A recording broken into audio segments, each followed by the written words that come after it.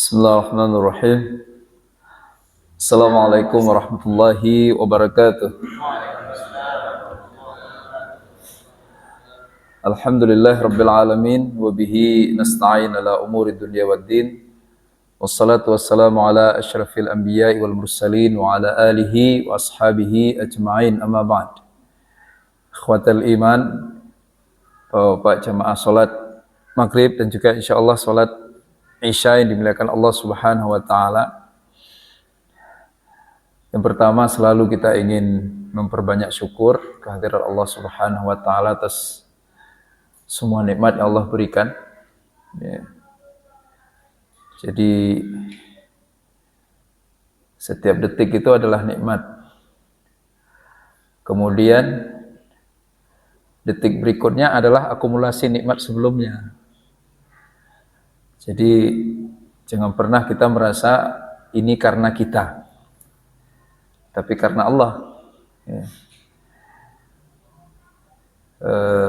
Seperti hadirnya kita sholat maghrib ini akumulasi nikmat karena Allah panjangkan umur, karena Allah nggak timpakan kecelakaan, karena Allah nggak racunkan makanan, ya kan? Makanan yang kita makan sehat, nggak ada sakit perut, nggak ada pusing, keluarga kita baik. Kalau anak kita sedang di opnam, nggak mungkin kita kesini sholatnya. Rezeki kita ada, di rumah istri kita ada makan malam, maka kita tenang ikut ngaji. Kalau nggak ada makan malam, kita nggak bisa ngaji, kepikiran. Jadi banyak sekali nikmatnya itu, banyak sekali. Bahkan bukan hanya yang ada bersama kita saat ini, termasuk orang tua kita di kampung. Bagi yang masih punya orang tua, coba kalau ada sesuatu dengan orang tuanya, nggak mungkin kita tenang ikut ngaji. Ya, termasuk di negeri tercinta ini, coba kalau negeri ini nggak aman, nggak mungkin kita bisa ngaji. Termasuk di dunia ini, termasuk. Jadi kalau kita bahas untuk keadaan yang bagi sebagian orang ini sederhana aja ini, bagi sebagian orang dikira ini biasa aja, hadir ngaji biasa aja. Tapi bagi kita yang beriman ini luar biasa. Nikmat yang Allah berikan itu banyak banget, rahimakumullah. Maka wa in ta'uddu nikmatallah la tuhsuha. Kalau kita tiba-tiba mencoba untuk menjumlahkannya atau mengkalkulasikannya, maka nggak akan pernah bisa dijumlahkan, karena kita akan terus menulis nikmat demi nikmat itu. Karena itulah rahimakumullah kenapa kita ingin terus bersyukur. Dan salah satu cara bersyukur ingin terus belajar. Ya, contoh Bapak-bapak. Dulu saya sempat, diri saya aja contohnya ini. Saya sempat berpikir keliru kalau kita ada musibah terus memuji Allah. Ya. Jadi menurut saya musibah itu ya ujian. Ya. Nggak ada di situ instruksi atau pesan agar kita tetap memuji Allah Subhanahu wa taala atas musibah yang kita rasakan. Padahal ada hadisnya, mulia sekali. Dan hadis ini langka disampaikan. Di antaranya disampaikan oleh almarhum itu Ustadz yang orang Arab itu, siapa namanya? Yang udah meninggal. Syekh Ali Jabir. Ya. Saya suka buka-buka itu ceramah-ceramah, ya, khususnya orang sudah meninggal. Karena orang kalau udah meninggal itu, Pak, meninggal dalam keadaan baik, ya udah selesai, baik udah dia. Orang kalau hidup ini belum tentu, nggak jaminan. Orang bisa berubah. Ada yang berubah di detik terakhir nyawanya itu. Baik. Hari terakhir malah aneh.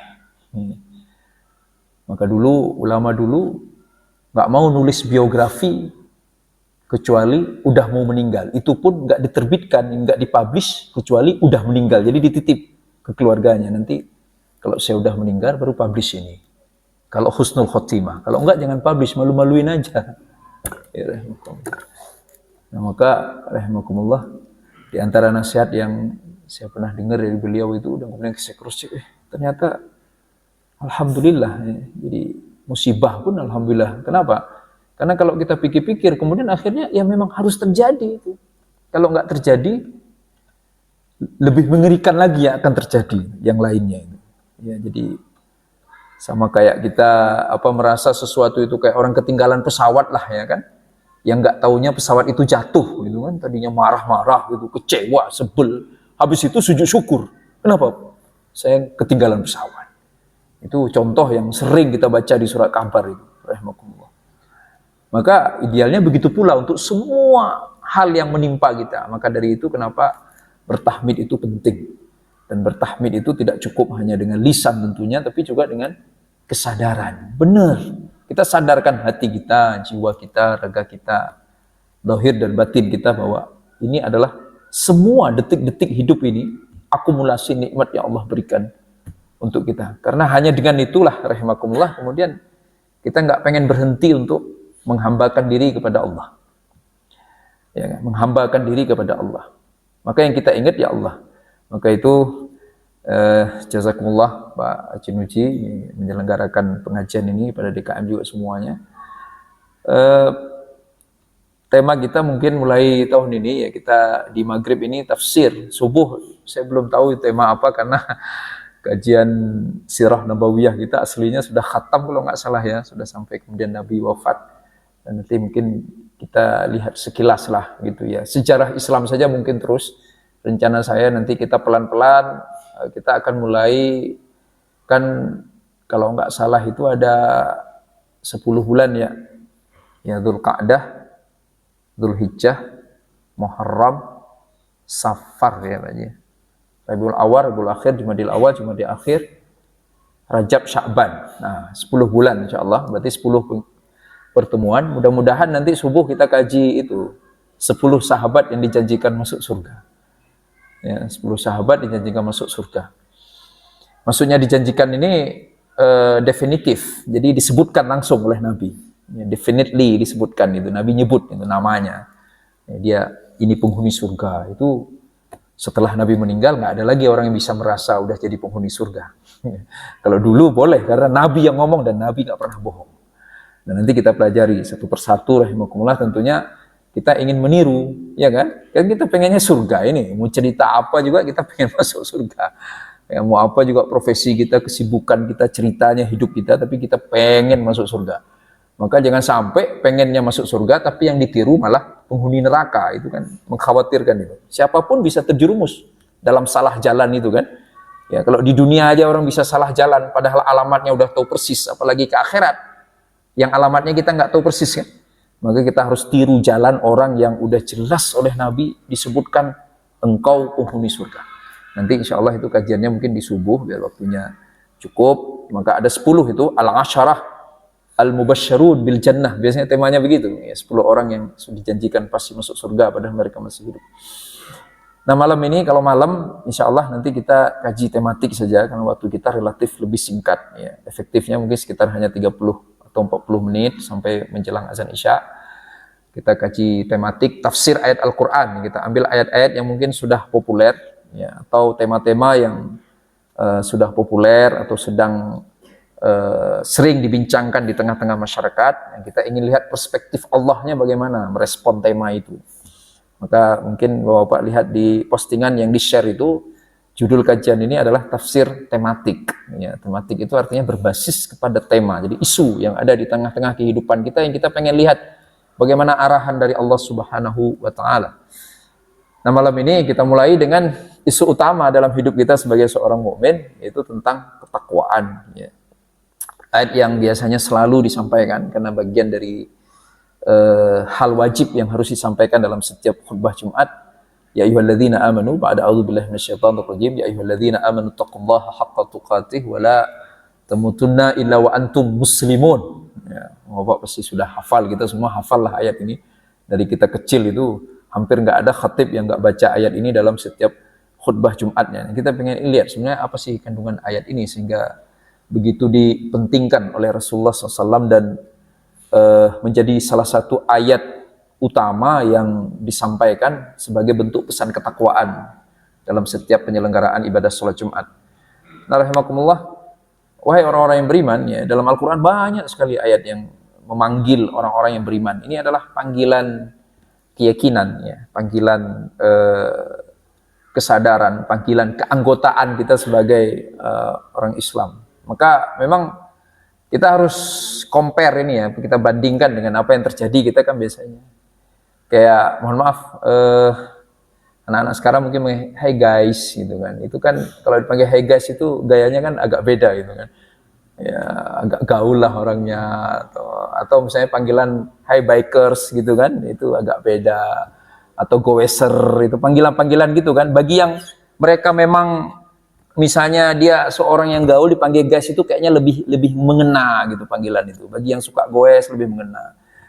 Ya, atau traveler, pengen traveler kan gitu. Jadi lebih mengena. Kalau memang kita mengena, maka Bapak, ketika Allah manggil ya ayyuhalladzina amanu, enggak semua orang Islam itu tersentuh dengan panggilan ini. Nah, kita nanti tentunya ngaji ini Bapak jangan dijadikan sebagai momen untuk kita langsung pengen nilai orang lain lah. Kita muhasabah saja, termasuk diri saya pribadi. Kita muhasabah diri kita masing-masing.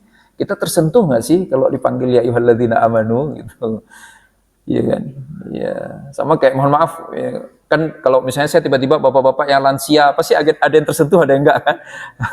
Ya, ada yang pura-pura enggak tersentuh, ada juga gitu. Jadi rahimakumullah, ya ayyuhalladzina amanu, tersentuh nggak kita dengan panggilan itu bahwa kita bagian dari keluarga orang yang beriman? Ya, apakah panggilan itu kemudian menarik perhatian kita atau tidak? Maka dalam penjelasan tafsir biasanya disampaikan ini lijalbi intibah ya al-mu'minin, orang-orang yang beriman, mereka yang sudah bersyahadat, mereka sadar bahwa mereka di muka bumi ini hanyalah hamba Allah, budaknya Allah, hanya melakukan apa yang Allah inginkan, menjauhi apa yang Allah larang, maka dia pasti merasa terpanggil. Dan panggilan itu panggilan yang memiliki makna yang kuat sekali. Ya, jadi rahmatullah banyak sekali panggilan-panggilan itu kan. Ya, dalam kehidupan kita kayak anak kita, kalau kita panggil misalnya dengan namanya dia nggak mau lihat, kita panggil dengan nak gitu, atau sayang gitu ya kan, atau kita panggil namanya dengan panggilan nama lengkap dan sebagainya, pasti itu ada maksud. Nah begitu pula Allah Subhanahu Wa Taala dalam Al-Quranul Karim, ketika Allah manggil kita ya ayyuhalladzina amanu, jadi harusnya perasaan kita terseret ya, terbawa perasaan kita terhadap apa yang akan disampaikan oleh Allah setelah panggilan tersebut ya. Begitu ya rahmakumullah yang harus ada dalam diri kita. Ya ayyuhalladzina amanu taqullaha haqqa tuqatih. Ittaqullah. Banyak sekali perintah bertakwa di dalam Al-Qur'anul Karim. Yang jarang sekali diikuti dengan haqqa tuqatih, walaupun Al-Qur'an trennya memang begitu. Jadi kayak al-mu'minun, ada yang hakikat orang mukmin yang hakikatnya. Nah, Al-Qur'an sering berbicara begitu. Jadi takwa hakikatnya. Berbekal yang hakikat. Mukmin yang hakikat. Ya. Nah rahmakumullah, nah sekarang di ayat ini adalah tentang ketakwaan yang hakikat. Pertama sebelum kita sampai ke pembahasan tentang hakikatnya, kita bahas ittaqullah itu. Ittaqa itu dari wiqayah, dan ini sudah sering mungkin dibahas. Perlindungan diri, jadi proteksi. Ya, jadi proteksi diri itu bukan skill, bukan koneksi, bukan keluarga besar, bukan suku, bukan klan, bukan apapun. Termasuk bukan keahlian kita bela diri, bukan ilmu yang kita miliki, bukan gelar akademik, bukan semuanya.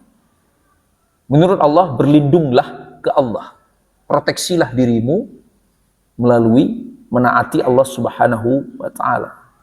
Maka saya sering mengilustrasikan ini, ibarat kita pengen punya proteksi, maka kita punya asuransi, maka ada premi yang harus kita bayarkan kan, ada bulanan, ada yang sifatnya tahunan, ada yang preminya sekaligus di awal. Nah, apa premi asuransi perlindungan dari Allah itu? Preminya adalah nurut sama Allah. Lakukan yang Allah inginkan, tinggalkan yang Allah benci. Sederhana saja, jadi nggak ada fulus yang perlu kita bayarkan ke Allah. Ya Allah nggak butuh fulus kita. Ya, tapi lakukan saja yang Allah perintahkan, tinggalkan yang Allah larang. Maka pasti kita terproteksi. Apanya yang terproteksi? Kebahagiaannya. Bukan hanya di dunia, tapi bahkan juga di akhirat.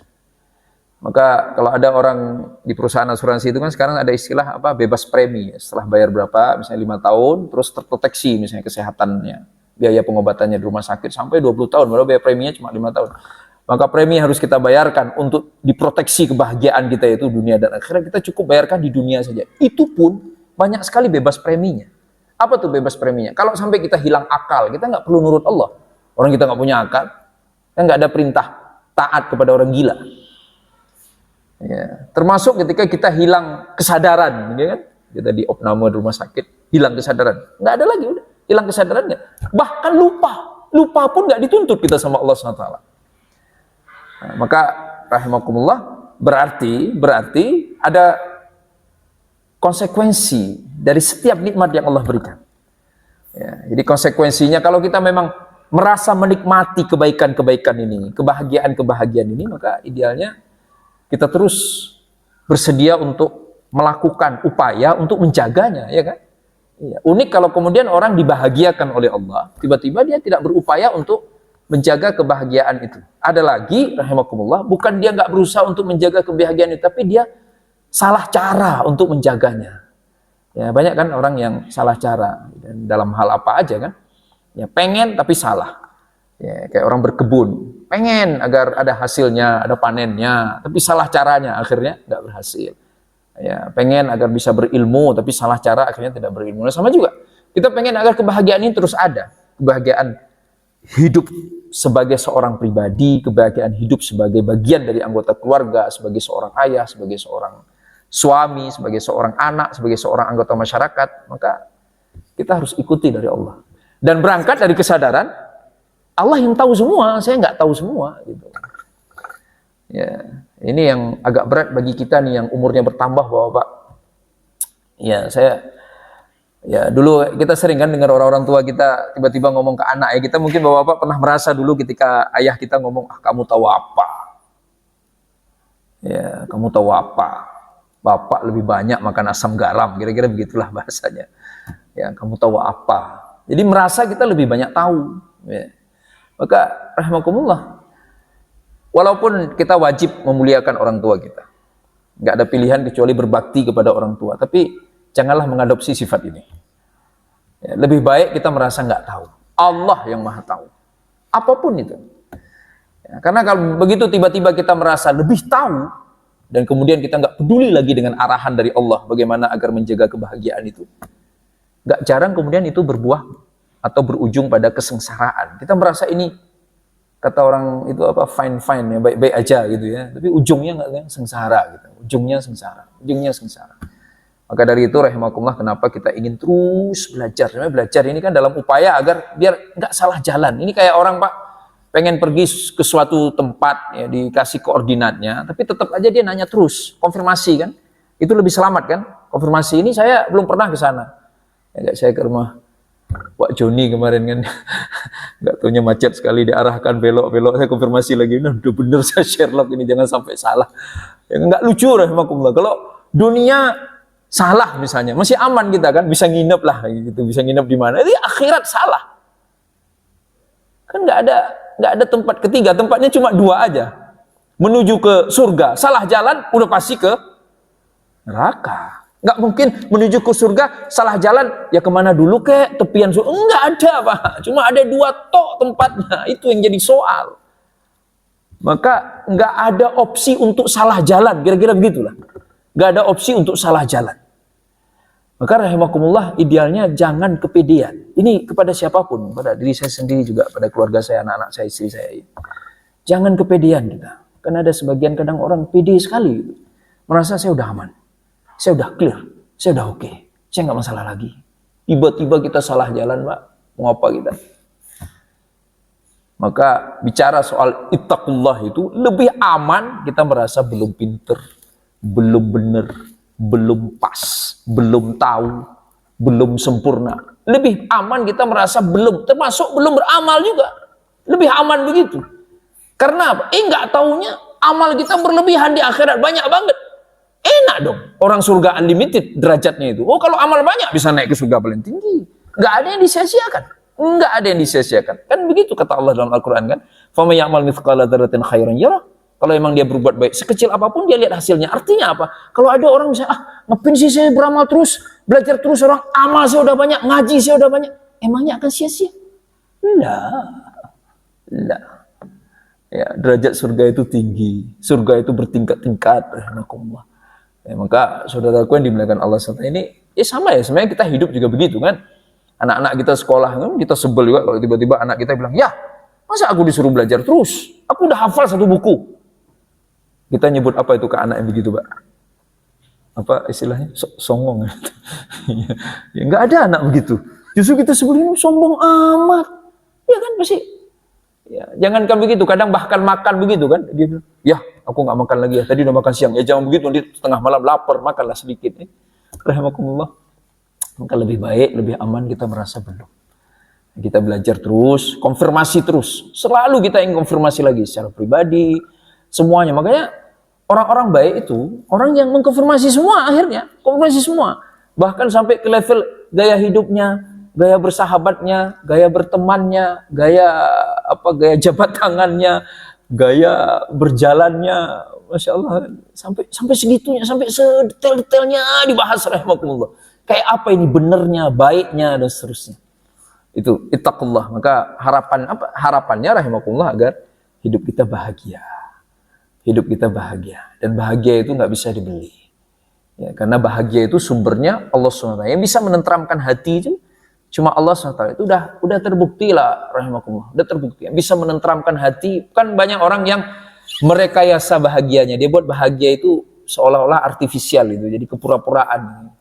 Padahal dia nggak bahagia. Kenapa? Karena nggak mengikuti ketentuan Allah Subhanahu wa Ta'ala. Ittaqullah. Kemudian haqqa tuqatih. Ya. Sekarang Allah minta bertakwa itu, proteksi itu dengan sungguh-sungguh, proteksi yang sesungguhnya. Apa yang harus kita lakukan? Kan itu pertanyaannya. Yang sungguh-sungguh itu kayak apa? Kita lihatlah penjelasan para ulama tafsir. Yang pertama, rahimakumullah, Allah itu yuta' wa la yu'sah. Itu yang pertama sekali. Allah ditaati, jangan dilawan. Ya, maka kan banyak instruksi dari Allah yang jujur aja lah, kita banyak yang kita belum mampu, siapapun kita itu. Ya. Tapi jangan dilawan, ya, walaupun kita belum mampu. Caranya bagaimana? Ya berdoa kayak doa Nabi, Allahumma a'inna ala dzikrik wa syukrik wa husni ibadati. Allah tolonglah aku, tolonglah kami untuk mengingatmu, untuk bersyukur kepadamu, untuk memperbaiki ibadah. Jadi kita minta tolong terus, karena aslinya kita nggak sanggup rahimakumullah. Nggak sanggupnya kenapa? Apakah memang karena Allah menciptakan kita nggak sanggup untuk nurut Allah? Lah, Allah ciptakan kita sanggup. Yang bikin kita nggak sanggup itu karena syahwat kita yang terlalu besar. Karena godaan yang terlalu besar rahimakumullah. Ya kan? Begitu Allah kurangi godaan kayak bulan Ramadan. Ya, tiba-tiba iblis nggak bisa melancarkan aksinya menggoda manusia. Langsung kita lebih semangat sholat kan? Bulan Ramadan itu rasanya ketaatan itu lebih ringan. Jadi baik itu lebih mudah kan? Itu bukan kepura-puraan rahimakumullah. Karena memang setannya tidak ada. Ya, tapi kan syahwat kita masih ada di bulan Ramadan. Yang dibelenggu kan hanya setan saja. Syahwat nggak dibelenggu, masih ada syahwat dalam diri kita. Tapi sudah banyak sekali yang bisa kita atasi. Karena setannya nggak ada. Nah begitu selesai Ramadan, setan kembali dilepas. Dia kembali melancarkan aksi. Maka agak naif rahimakumullah. Kalau kemudian kita merasa saya ini baik, orang aja yang nggak benar. Nah, rahimakumullah. Ya, banyak sebenarnya yang terus perlu kita taati dari Allah SWT. Nah, persoalannya mungkin kita merasa sudah taat, tapi sebenarnya belum semuanya. Kok bisa belum? Karena ada bagian-bagian yang belum kita ketahui. Maka itu kita belajar terus. Itu yang pertama. Kemudian yang kedua, Allah itu yuskar wala yukfar. Ya, terima kasih ya Allah. Jangan diingkari nikmat dari Allah Subhanahu wa Ta'ala. Maka kita perbanyak tahmid dengan kesadaran, tahmid dengan saya. Maka rahimakumullah, ini bagian dari nasihat kepada diri sendiri juga. Kan kadang bapak-bapak pernah lihat orang tahmid mungkin, atau kita sendiri kadang-kadang kita cepat sekali, Pak.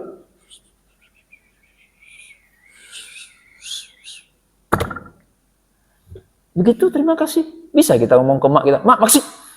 Langsung kabur kita.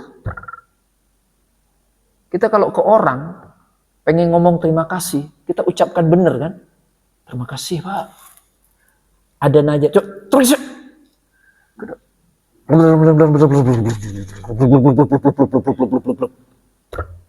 Terus merasa udah zikir, udah terima kasih ke Allah. Ini ya mungkin saya juga sering begitu. Ya.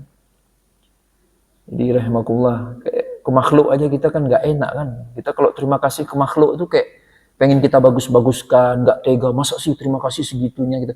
Terima kasih ya, kita pelanin, nadanya kita rendahkan. Lah ke Allah yang ngasih nyawa, ngasih hidup, ngasih anak, ngasih istri, ngasih tanah, ngasih rumah, ngasih profesi, ngasih makan, ngasih udara, ngasih semuanya, secepat kilat itu. Jadi Allah diterima kasihi, jangan diingkari. Dengan kesadaran, dohir dan batin. Maka rahimakumullah, kita ke tataran teknis nih. Sebenarnya kalau memang waktu nggak cukup, ya udah nggak mesti dipaksakan harus 33 kali kan. Iya kan, ada yang gara-gara masalah hitung-hitungan itu yang repot tuh. Ya, makanya kalau ada pertanyaan 1.000 apa 1 juta? 1 juta kalau ikhlas. Kalau enggak ya 1.000. Saya ikhlasnya 1.000 nih, ikhlas banget saya. Saya lupakan, habis ngasih langsung lupa. Tapi kalau 1 juta saya pengen ditulis hamba Allah, pengen diumumkan, mending jangan. Sama kita berzikir itu kan. Oh, nggak cukup 3 sekali lebih baik. Astagfirullahaladzim. Udah, karena emang kita buru-buru. Yang kenapa tuh? Tapi karena gara-gara hitung-hitungan itu kan, biar genap hitung-hitungannya. Akhirnya nggak kedengeran sama sekali tahmidnya. Kemudian yang ketiga, rahimakumullah, tadi yang pertama, kita taati, jangan dilawan. Kemudian yang kedua, kita syukuri, jangan diingkari. Kemudian yang ketiga, terus diingat-ingat, jangan dilupakan. Itu Allah itu haqqa tuqatih, itu. Allah itu terus diingat-ingat. Maka baik sekali kalau kita bawa-bawa Allah dalam pembicaraan kita, dimanapun kita berada. Nggak apa-apa, Bapak-bapak, nggak apa. Toh kita nggak jadi hina itu kalau, loh, kenapa Anda nggak mau? Saya takut Allah. Kok Anda semangat sekali? Saya pengen pahala dari Allah. Termasuk ke anak-anak kita. Dan Masya Allah, kalau nasihat itu bawa-bawa Allah ke anak-anak, itu anak-anak lebih mudah menerimanya biasanya. Karena aslinya bukan keinginan kita, keinginan Allah. Ya kan? Ya. Dibawa-bawa Allah. Ke istri kita bawa-bawa Allah. Ke keluarga kita bawa-bawa Allah. Gitu. Aduh maaf saya nggak sanggup ini kan Allah nggak ridho kalau begini caranya. Ya. Atau kita melakukan sesuatu, kok semangat sekali? Ya saya cuma Allah ridho, Allah seneng. Gitu. Nah ada resiko nggak? Ada. Biasanya orang kalau kita udah bawa-bawa Allah, dia bilang apa? Jangan bawa-bawa Allah lah. Ya, Anda itu kayak sok soleh aja, sok alim. Kan ada orang ngomong gitu. Ya, tapi ya udahlah. Manusia itu, Pak. Kalau kita kejar ridha manusia, masih ingat antum cerita ayah sama anak yang bawa keledai itu? Masih ingat kan cerita itu kan? Iya, dengerin omongan orang. Capek kita. Yang penting kita baik, jangan juga menyakiti perasaan orang lain. Ya. Tapi yang kita pedulikan adalah apa yang Allah sampaikan kepada kita. Maka Allah harus diingat-ingat. Maka ukuran, misalnya Bapak-bapak, kita pengen kadang-kadang kan enggak, iya kita pengen tahu lah, istri kita kayak apa bentuknya itu, kayak apa dia sebenarnya. Allah ukurannya, jangan diri kita. Kalau diri kita jadinya nggak pas semua orang, Pak. Kalau kita ukuran diri kita sendiri, bahkan diri kita sendiri nggak pas. Bercermin dia kan, kalau ukurannya dirinya dia bilang apa? Ini kenapa hidung pesek sekali? Kenapa jidatnya kebesaran, rambutnya sampai ke belakang? Ada orang gitu kan? Makanya ukurannya apa? Allah. Makanya Nabi ngajarin kita bercermin. Begitu bercermin, langsung Nabi ajarkan doa. Allahumma hassin kama ahsanta khalqi fahassin khuluqi. Ya Allah, sebagaimana engkau baguskan bentukku, maka baguskan pula akhlakku. Itu kan berarti standar menilai diri kita sendiri langsung Allah. Jadi nggak pakai standar kita. Begitu kita pakai standar kita, selesai kita. Bahkan kita kecewa dengan diri sendiri. Kenapa banyak orang bunuh diri di negara maju? Karena dia menilai dirinya dengan cara dirinya sendiri. Bunuh diri dia. Kita menilai dengan sudut pandang Allah SWT. Jadi enak, ini istri kita. Padahal udah baik banget. Tapi karena sudut pandang kita merasa selalu kurang. Anak kita udah baik banget. Tapi karena sudut pandang kita merasa selalu kurang. Gak taunya setelah kita lihat dari perspektif Allah. Nah, istri kurang apa lagi ini? Nurut dia. Dia menyesuaikan diri dengan kita. Dia jaga rahasia kita. Kan cuma itu yang Allah minta itu. Ya. Rahimakumullah, anak-anak juga sama. Jadi kemudian sahabat-sahabat kita juga lihat begitu. Tapi kalau lihat selalu si fulan ini kurang pas ya di hati saya, la ilaha illallah. Ya, akhirnya kita nggak bahagia hidupnya, rahimakumullah. Ya, jadi saudaraku yang dimuliakan Allah Subhanahu wa taala, Allah diingat, artinya bahwa Allah dalam semua aspek hidup kita. Kemudian yang keempat, haqqa tuqatih itu berarti lisan. Ini menurut penjelasan Anas ya. Malik, beliau mengatakan lisan, jaga lisan, yakhzan lisanah. Nah, keren sekali nasihatnya, yakhzan lisanah. Yakhzan lisanah itu dia tabung lisannya. Artinya apa? Jadi dia belajar, kemudian ada hal baik yang bisa diungkapkan, kemudian dia ungkapkan. Ada hal baik yang bisa diungkapkan, kemudian diungkapkan. Maka rahimakumullah, lisan mengeluarkan apa yang sering kita dengar. Lisan mengeluarkan apa yang sering kita pikirkan. Lisan mengeluarkan apa yang sering ada dalam perasaan kita. Tidak menggunakan lisan, kita salah. Ya kan? Karena nikmat harus digunakan untuk mensyukurinya. Jadi dimanfaatkan, difungsikan sesuai dengan fungsi yang Allah SWT berikan.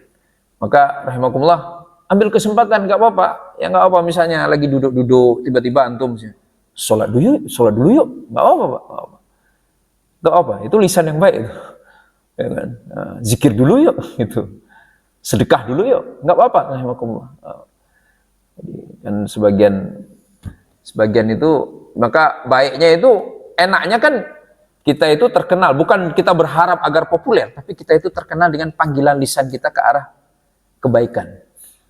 Ya, ya kadang-kadang ya kita gagal, termasuk saya gagal. Saya oleh beberapa sahabat, ada yang sekarang kalau ketemu saya, Ustadz pasti ngajak ngopi nih. Nah itu jadi nggak bener. Masa Ustadz ngajak ngopi? Harusnya ini Ustadz pasti ngajak ngaji, kan lebih enak gitu kan. Iya, gara-gara keseringan saya ngomong kopi-kopi terus, kalau ketemu saya bilang Ustadz ngajak ngopi, emang penting banget ngopi. Emang kalau ngopi terus bisa masuk surga? Enggak juga kan? Tapi emang kadang-kadang kita alpa lisan kita. Ya, berikutnya rahimakumullah itu haqqa tuqatih, jadi 4 hal itu. Yang terakhir haqqa tuqatih wala tamutunna illa wa antum muslimun. Dan janganlah engkau meninggal kecuali dalam keadaan Islam.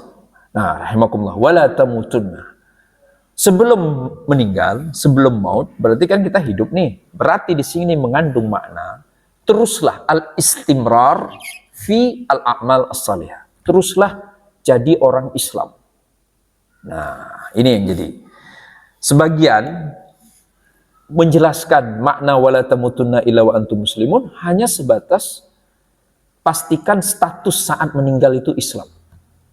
Padahal bukan hanya itu. Kenapa? Karena kita nggak tahu kan kapan kita meninggal. Satu. Kemudian, apa definisi husnul khotimah?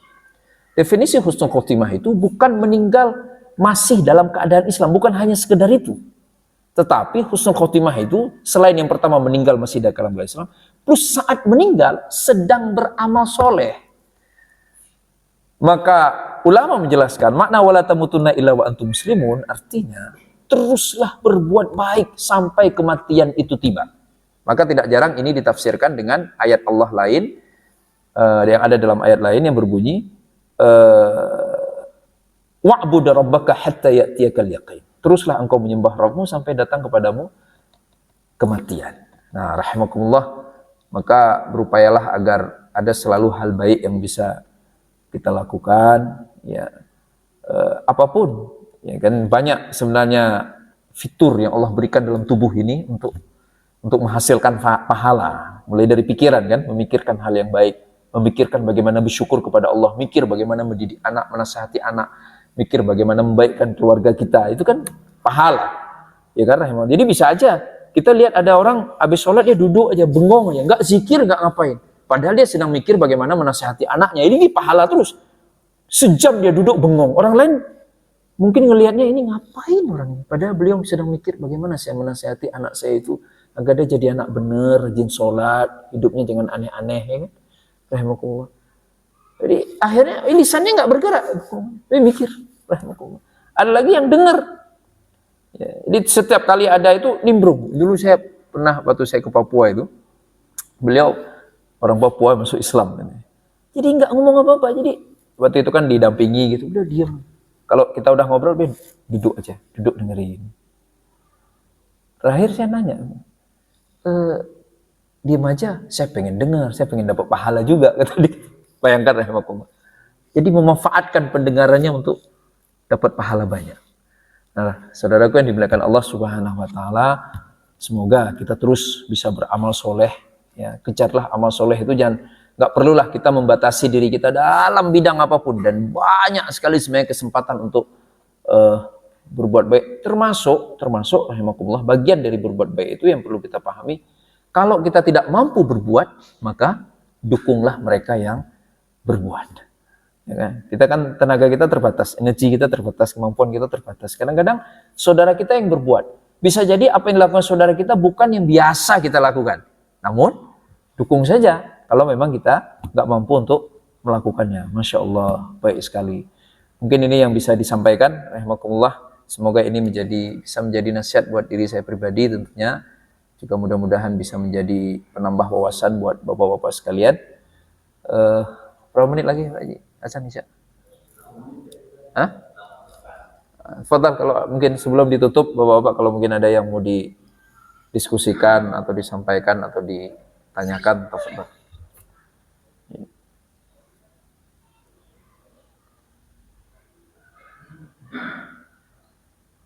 Silakan Pak, nanya aja nggak apa-apa.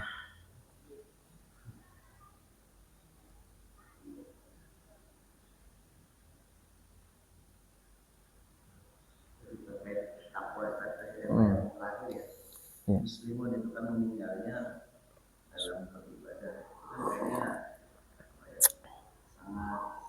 sangat langka ya ketika kita meninggal dalam kondisi beribadah. Yang kita saksikan misalkan kita di sholat tiba-tiba Allah panggil kita kan jarak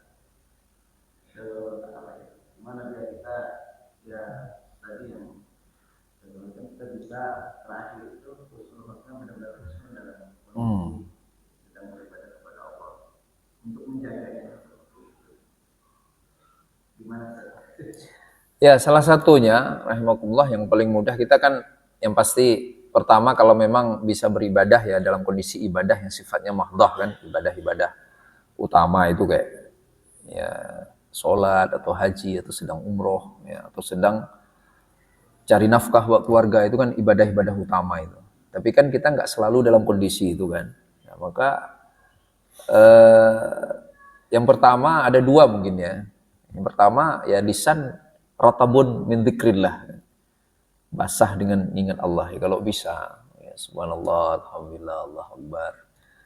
Ya kadang kita kan ya mungkin saya yang sering mengalami itu suka jalan gitu kan. Jalan kemana berjam-jam kadang di kendaraan gitu. Ya akhirnya kan ya kan nggak ada yang bisa dilakukan nih tapi zikir bisa capek zikir kita bisa setel Quran misalnya ya. Kemudian yang kedua usahakan atau upayakan keadaan itu baik jadi kita memilih untuk berada di lingkungan yang baik atau kita menciptakan kebaikan dalam lingkungan itu ya kan? Kalau memang bisa milih kita milih ya, kalau bisa milih maka bapak-bapak kan ngetren nih alhamdulillah sekarang kita teman-teman yang ngaji kadang-kadang atau masjid jamaah masjid ada renangnya ada olahraganya ada goesnya kan jadi enak kan nah, setidaknya nggak sampai lupa sholat duhur gitu kan ada juga yang sampai semangat sekali olahraga lupa sholat zuhur tapi kalau goesnya sama teman-teman yang ngaji atau teman-teman masjid ya insya Allah itu bisa terjaga itu artinya kita melibatkan diri kita bersama orang-orang baik jadi ketika kita ingin beraktivitas kita mastiin dulu tapi kan nggak semua juga kita bisa begitu ada kondisi-kondisi di mana kita nggak bisa milih gitu kan bahkan kadang-kadang lingkungan itu nggak semuanya muslim itu terjadi khususnya dalam lingkungan profesionalisme itu. Nah, apa yang bisa kita lakukan? Nah, yang bisa kita lakukan, jangan ragu-ragu untuk mewarnai. Ya, kita terwarnai itu bagus. Pastikan ketika terwarnai, kita terwarnai dengan warna yang baik, iya kan? Iya. Ya. Maka tadi kita cari lingkungan yang baik, agar terwarnai dengan warna yang baik. Tapi kita nggak mungkin kan selalu berada dalam lingkungan yang baik. Dan nggak gaya orang Islam banget itu, terlalu milih temen itu nggak gaya orang Islam. Karena Nabi kan bergaul dengan siapapun. Ya, 13 tahun di Mekah itu, Nabi kan minoritas. Tapi Nabi eksis. Karena bergaul Nabi. Nah kita bergaul. Nah tapi siapkan diri kita untuk mewarnai. Caranya bagaimana? Ya begini kita perkuat dengan belajar dan sebagainya. Dan cara mewarnai itu mudah rahimakumullah. Bukan mudah dalam artian nggak perlu usaha, nggak perlu juhud. Lah juhudnya kalau kita sudah terus belajar, terus mengasah diri, terus dekat sama Allah, akhirnya mewarnai itu bukan lagi merupakan sesuatu yang rumit, tapi terjadi secara simultan itu. Jadi terwarnai dengan sendirinya. Misalnya undangan makan, kadang-kadang kan kita nggak bisa milih tuh, yang duduk satu meja sama kita nggak semuanya muslim, misalnya. Itu gimana mau? Kita nggak ada upaya khusus, tapi karena kita udah belajar, akhirnya spontan. Bismillah. Jadi terwarnai kan. Akhirnya terjadi itu beberapa sahabat yang ngaji itu cerita ketika di meja makan ya di luar negeri itu nggak semua muslim yang duduk dan kemudian dia saat di dalam negeri selalu bismillah dan terdengar sama mereka. Akhirnya begitu diundang ke sana, mereka dengan sengaja tidak menghadirkan makanan haram di meja mereka. Padahal dia nggak nge-request itu. Ya, dengar, dia juga shock. Padahal dia tahu biasanya pertemuan itu minimal ada khamernya, Minimal ada jenis daging yang diharamkan buat umat Islam. Tapi begitu dia, karena terus mereka bilang, loh, dia agak shock gitu, maksudnya agak surprise gitu menghadapi situasi itu. Kemudian ada yang bisikkan, kamu kan Muslim, kami sengaja pilih menu ini karena kamu Muslim. Padahal dia nggak pernah mendeklar saya Islam nih, enggak. Tapi karena spontanitas yang baik itu, Bismillahirrahmanirrahim. Rahimakumullah. Termasuk banyak spontanitas yang lainnya, rahimakumullah. Bahkan terjadi beberapa bercerita, tiba-tiba begitu waktu azan tiba, padahal meeting itu cuma dia Muslim tok satu orang, dan meeting itu bukan diselenggarakan di negara dengan penduduk mayoritas Islam. Tapi begitu azan tiba, tiba-tiba pimpinan rapat ngomong, Mister, silakan, Anda kan ini sudah masuk waktu zuhur, silakan Anda sholat dulu. Ya salam, dia nggak nge-request itu, tapi sebelumnya dia terlihat setiap waktu sholat dia keluar ke masjid atau musola pabriknya atau kantornya untuk sholat. Itu terjadi.